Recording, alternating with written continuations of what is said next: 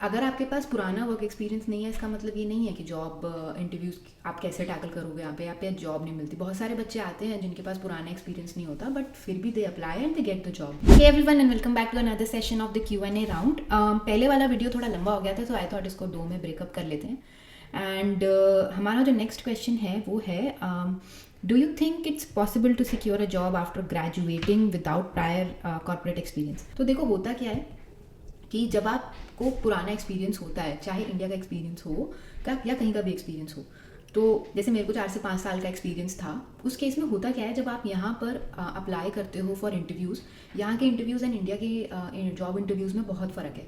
But आपको आपका वो पुराना एक्सपीरियंस कहीं ना कहीं हेल्प करता है। आप अपने किसी प्रोजेक्ट या अपने किसी एक्सपीरियंस के बारे में बात करते हो, जो यहाँ पर वो लोग बहुत इंपॉर्टेंस और बहुत डेप्थ देते हैं उस चीज़ को, जब आप अपने किसी पुराने रियल एक्सपीरियंस के बारे में बात करते हो। अब देखो, ऐसा बिल्कुल भी पॉसिबल नहीं है कि हर किसी बंदे को एक्सपीरियंस हो। डायरेक्टली लोग बैचलर्स के बाद भी यहाँ पर मास्टर्स करने आते हैं एंड उनको कोई कॉर्पोरेट एक्सपीरियंस नहीं होता। तो ऐसा नहीं है कि उनको जॉब नहीं मिलती है। एक्सपीरियंसेस आप मास्टर्स में भी क्रिएट कर सकते हो। आप इंटर्नशिप्स अगर कर सकते हो, अगर आपका कोर्स 2 साल से ज़्यादा का है तो आप इंटर्नशिप का एक्सपीरियंस बता सकते हो। नहीं तो यहाँ पर मास्टर्स में बहुत सारे प्रोजेक्ट्स होते हैं, ग्रुप प्रोजेक्ट्स होते हैं और बहुत सारे इंडिविजुअल प्रोजेक्ट्स भी होते हैं। बहुत सारी ऐसी चीज़ें भी होती हैं जिसमें आप प्रोफेसर के साथ काम करते हो रिसर्च पे या किसी भी और चीज़ पर, आप उसके बारे में बता सकते हो इन योर इंटरव्यू। वो भी एक एक्सपीरियंस ही है। लाइक फॉर एग्जाम्पल, हमारे 2 सेमेस्टर के कोर्स में हमने एक ग्रुप प्रोजेक्ट भी किया था। आपका एक कैप्स्टोन प्रोजेक्ट भी होता है एंड जिसमें आप एक लाइव प्रेजेंटेशन देते हो, आप एक इन्वेस्टमेंट पिच देते हो। तो आप एक समराइज्ड वे में अच्छे से अपना सोल्यूशन क्राफ्ट करके बता सकते हो कि आपने उस कंपनी के बारे में पिच क्यों किया था, आपका रीज़न क्या था, आपने क्या ऐसा अपनी रिसर्च में देखा that led you to give a buy signal on that company.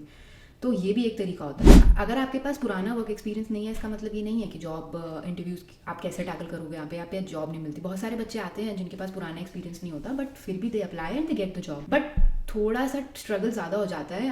I would say it's fair for those students who have prior experience to say that अगर आपके पास एक्सपीरियंस है, नॉलेज है, आपको एक एज मिल जाती है। You get an edge, you get a step ahead from those who don't have experience. ये फेयर है कहना। लेकिन ऐसा नहीं है कि जिनको एक्सपीरियंस नहीं है उनको जॉब नहीं मिलती। आप अपने मास्टर्स के प्रोजेक्ट्स के बारे में बात कर सकते हो, आप अपने ग्रुप प्रोजेक्ट्स के बारे में बात कर सकते हो। यहाँ पर बहुत ज़्यादा इंपॉर्टेंस दी जाती है बिहेवियरल क्वेश्चंस को जॉब इंटरव्यूज़ में। अगर आपकी यहाँ पर पहली जॉब है तो आपसे वो ज़्यादातर बिहेवियरल क्वेश्चंस ही पूछते हैं, टेक्निकल बहुत कम पूछा जाता है। जबकि मेरे को पुराना एक्सपीरियंस था, बट तब भी जब मैंने पहली जॉब इंटरव्यू दी थी यहाँ पर, मेरे से ज़्यादातर सारे इंटरव्यूज़ में बिहेवियरल क्वेश्चंस पूछे गए थे। अब बिहेवियरल क्वेश्चंस होते क्या हैं? Tell me about an experience और tell me about a time when you faced a challenge situation. अब चैलेंज सिचुएशन आपको मास्टर्स में भी आ सकती है, आपको बैचलर्स में भी आ सकती है। ज़रूरी नहीं है कि you need to have a prior corporate experience for that. अगर आपने इंटर्नशिप करी है चैलेंज सिचुएशन, उसमें भी आ सकती है। सो ज़रूरी नहीं है वो चैलेंज सिचुएशन का आंसर आपकी किसी कॉर्पोरेट एक्सपीरियंस में से ही ढूंढ रहे हैं। आप किसी भी सिचुएशन में से आप अपना आंसर बना सकते हो। ऐसा इम्पॉसिबल नहीं है जॉब लेना अगर आपको प्रायर एक्सपीरियंस नहीं है।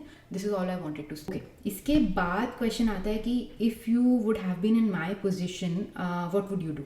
अगर आपको प्रायर कॉर्पोरेट एक्सपीरियंस नहीं है तो क्या आप स्टिल मास्टर्स करने आओगे यूएस में।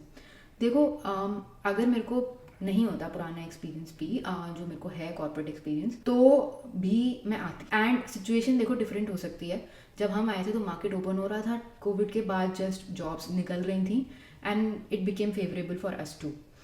अभी का जो मार्केट है वो बहुत ज़्यादा टफ है 2025 में, जो लोग जॉब ढूंढ रहे हैं, बिकॉज अभी भी बहुत सारे ले ऑफ्स हो रहे हैं कंपनीज में एंड सेंटिमेंट अभी भी थोड़ा सा नेगेटिव है।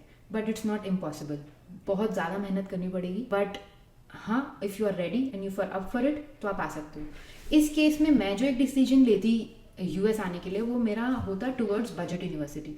मैं हमेशा इस बारे में बात करती हूँ that if you go for budget universities, आप बहुत ज़्यादा बर्डन नहीं डालोगे अपने पेरेंट्स के ऊपर and on your self too. 99% of the cases में बच्चे लोन लेके ही आते हैं एंड वो जो स्टूडेंट लोन होता है 1 करोड़ 2 करोड़ 3 करोड़, इतना ज़्यादा स्टूडेंट लोन बच्चे लेके आते हैं just to pursue that course from that specific university. तो if I have to put myself in your shoes, अगर मेरे को पुराना एक्सपीरियंस नहीं होता एंड मैं अभी का मार्केट देखूँ यूएस का जॉब का, तो मैं यूएस मास्टर्स करने आऊँगी, लेकिन I would pursue a course from a budget university, जिसमें मेरे को एक्सपेंसिव लोन ना हो। एंड उससे क्या होता है, आपका स्ट्रेस लेवल भी कम हो जाता है। आपको already as an international student यहाँ पे बहुत स्ट्रेस होता है, आपको अपनी बहुत सारी चीज़ें मैनेज करनी होती हैं, आपको अपने फाइनेंसेस, मंथली एक्सपेंसेस, सब कुछ खुद मैनेज करना होता है यहाँ पर। And on top of that आपके ऊपर लोन होता है, तो अगर आप उसका अमाउंट कम कर लोगे, आपका स्ट्रेस भी कम हो जाएगा। यही मैं सजेस्ट करूँगी।